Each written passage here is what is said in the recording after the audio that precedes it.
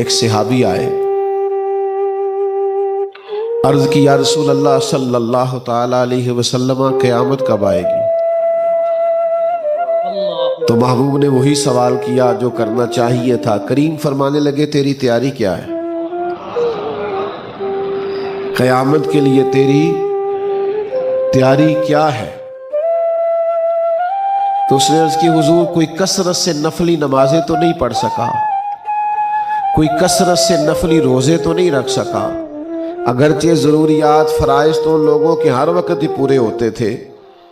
نبی پاک علیہ السلام کی خدمت میں عرض کرتا ہے حضور نہ تو کثرت سے نفلی روزے رکھ سکا، نہ نفلی عبادات کر سکا، ایک نیکی میرے پاس ہے